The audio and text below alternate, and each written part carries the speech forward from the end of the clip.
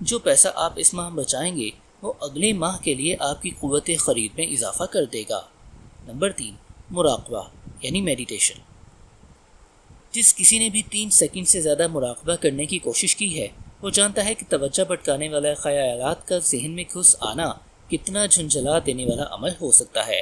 آپ اس جھنجھلاہٹ کو مسرت میں بدل سکتے ہیں اگر آپ یہ سمجھ لیں کہ ایسی ہر خلل اندازی آپ کو پلٹ کر ایک دفعہ پھر اپنی سانس پر توجہ مرکوز کرنے کا موقع دیتی ہے۔ توجہ کا یہ اختلال اچھی چیز ہے کیونکہ اس کی بدولت آپ کو مراقبے کی مشق کرنے کا موقع ملتا ہے۔ نمبر 4، کام سے پہلے کی گھبراہٹ۔ بہت سے لوگ کوئی اہم پریزنٹیشن دینے یا کسی اہم میچ میں حصہ لینے سے پہلے گھبراہٹ محسوس کرتے ہیں۔ ان کی سانس تیز چلنے لگتی ہے، دل کی رفتار بڑھ جاتی ہے، خون کی گردش تیز ہو جاتی ہے۔ اگر ہم ان احساسات کی تشریح منفی انداز میں کریں تو پھر ہمیں اپنا آپ خطرے میں محسوس ہوتا ہے اور ہم تناؤ کے شکار ہو جاتے ہیں۔ اگر ہم ان احساسات کی تشریح مثبت انداز میں کریں تو پھر ہم ہموار اور باوقار انداز میں اپنے رد عمل کا اظہار کر سکتے ہیں۔ میں گھبراہٹ محسوس کر رہا ہوں کو اس انداز میں نئی شکل دے سکتے ہیں۔ میں ہیجان محسوس کر رہا ہوں اور میرے ارتکاز توجہ میں مدد دینے کے لیے ایڈرینلین بروئے کار آ رہا ہے، یعنی میں ایکسائٹڈ محسوس کر رہا ہوں اور میری توجہ میں مدد دینے کے لیے میرا جسم ایڈرینلین بنا رہا ہے۔ سوچ میں یہ چھوٹی سی تبدیلی کوئی جادوئی منتر نہیں، لیکن ان کی بدولت آپ کو کسی مخصوص عادت یا صورتحال کے ساتھ منسوب کیے گئے احساسات کو تبدیل کرنے میں مدد مل سکتی ہے۔ اگر آپ اسے ایک قدم آگے لے جانا چاہتے ہیں تو آپ ایک تحریکی وتیرہ تیار کر سکتے ہیں۔ آپ اپنی عادات کو کسی پرلطف چیز کے ساتھ منسوب کرنے کی مشق کرتے رہیے۔ اس کے بعد آپ کو جب بھی تحریک و ترغیب کی ضرورت ہو تو آپ اس ایما کو استعمال کر سکتے ہیں۔ مثال کے طور پر اگر جنسی عمل سے پہلے آپ ہمیشہ ایک ہی گانا چلاتے ہیں تو پھر آپ اس گانے کو جنسی عمل کے ساتھ منسوب کرنا شروع کر دیں گے۔ جب بھی آپ کو موڈ بنانا ہو یہ گانا چلا دیجیے۔ پٹسبرگ سے تعلق رکھنے والے باکسر اور مصنف ایڈ لیٹیمور نے انجانے میں ایسی ہی ایک حکمت عملی سے فائدہ حاصل کیا۔ وہ لکھتا ہے، عجیب احساس، لکھنے کے دوران محض اپنے ہیڈ فون چڑھا لینے سے میرے فوکس اور ارتکاز توجہ میں اضافہ ہو جاتا ہے۔ مجھے کسی طرح کی موسیقی چلانے کی ضرورت بھی نہیں پڑتی۔ غیر دانستہ طور پر وہ خود کو عادت ڈال رہا تھا۔ شروع میں وہ ہیڈ فون لگاتا، اپنی پسند کی موسیقی سنتا اور پوری توجہ کے ساتھ کام کرتا۔ یہ عمل 5، 10، 20 مرتبہ دہرانے کے بعد ہیڈ فون لگانا ایک ایسے ایما کی شکل اختیار کر گیا جسے وہ خودکار طور پر توجہ کی بہتری کے ساتھ منسوب کرنے لگا۔ فطری طور پر اس سے طلب پیدا ہونے لگی۔ کھلاڑی بھی خود کو کارکردگی دکھانے کی ذہنی کیفیت میں لانے کے لیے ایسی حکمت عملیاں استعمال کرتے ہیں۔ اپنے بیس بال کے کیریئر کے دوران میں نے اسٹریچنگ کرنے اور گیند پھینکنے کا ایک مخصوص وتیرہ اپنا لیا تھا۔